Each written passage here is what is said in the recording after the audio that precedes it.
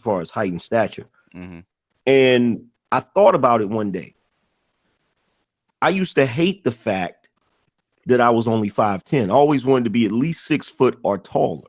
Mm-hmm. So guess what? My children are taller than me. They're 6 feet. And I know that's because of the fact that I mated with a woman that height. Mm-hmm. Yep. And at the time I didn't even know I was doing it, because that's what happens. Like evolutionarily, like there are guys out here that got into relationships with women and had children by them, and in hindsight they'll look back and like, why did I get in a relationship with that woman? Because she might be on some bullshit, she might be ratchet, she might have all of these things, but I guarantee you there is something about her that your bioevolution picked up on, your biological imperative picked up on, that you didn't pick up on. It's just like the symmetry of the face. Why do we look at people's faces? We want the symmetry of the face. Yeah. Jump in, Art. Art. So since this is on the table with the whole Pookie, Ray Ray, educated lame part, I always wondered, do they both have the same, or that both sides, do they have the same taste in women, like the Boom Quishas versus the Becky, or the Britneys? The bodies, yes. The bodies. I don't understand. I don't understand what do you mean? Well, break it down for him, Mark. Yeah. So for example, so how you break down, you have a lot of so-called educated lame sitting there explaining about how come I can't get the same kind of woman like the Pookie and Ray Ray. But the way that you with the way that you break down the whole Pookie and Ray Ray, it's supposed to be the hood from the hood, or the community, as you would say. But the thing is that, are they going in the educated lame spaces and getting the women? Or, my whole thing is that, do you really want the same women that Pookie and Ray Ray got? But again, I'm asking a question here. Who is saying this?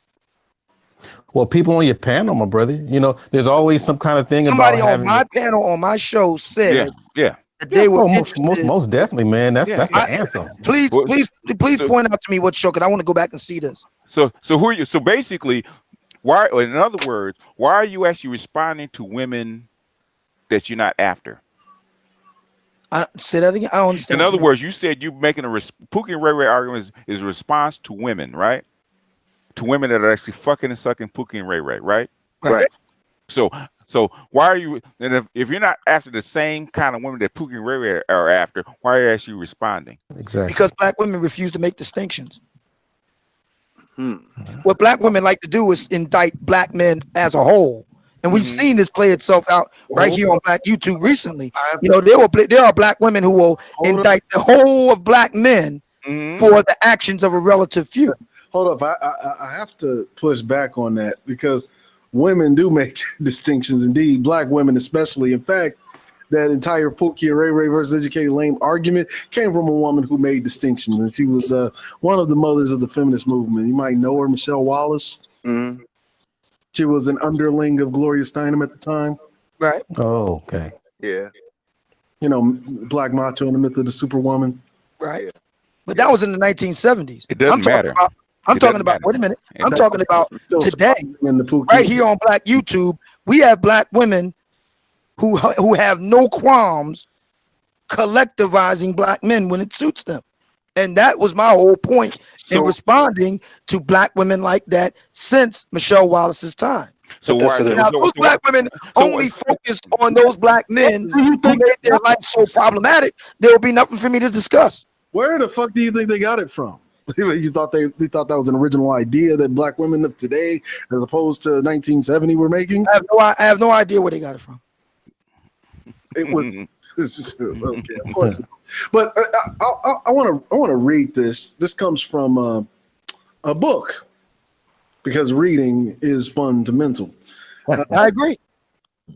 And it's the title of this book is called "Trouble with Nature." The Trouble with Nature, written by Roger and Lancaster, UC Berkeley, sometime around early 2000. Right? It's a college book. You can buy it. It's a pretty expensive book. But I'm going to take you to chapter 6 on sexual selection. says Darwin presents his portraits of male nature and female nature as though they were unobjectionable, hence timeless. The author's characterizations thus lean on the consent of the reader. Everyone who has attended to the habits of animals will be able to call to mind instances of this kind, but in fact, such commonsensical notions were of recent vintage in Darwin's day. And what was happening in Darwin's day? Well, you were at the height of the Industrial Revolution in Darwin's day. And see, Darwin also was a product of his environment. What he did was superimpose things that were going on as you transition from the Victorian era into the industrial one. Plus eugenics. And he said, this is what male nature is. This is what female nature is.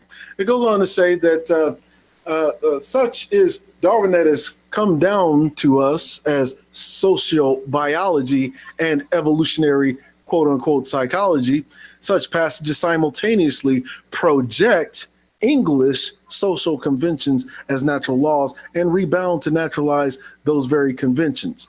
They lay the groundwork for subsequent attribution of not just heterosexual desire to timeless nature, but also definite kind of man, a certain kind of woman, and specific patterns of sexual attraction and seduction.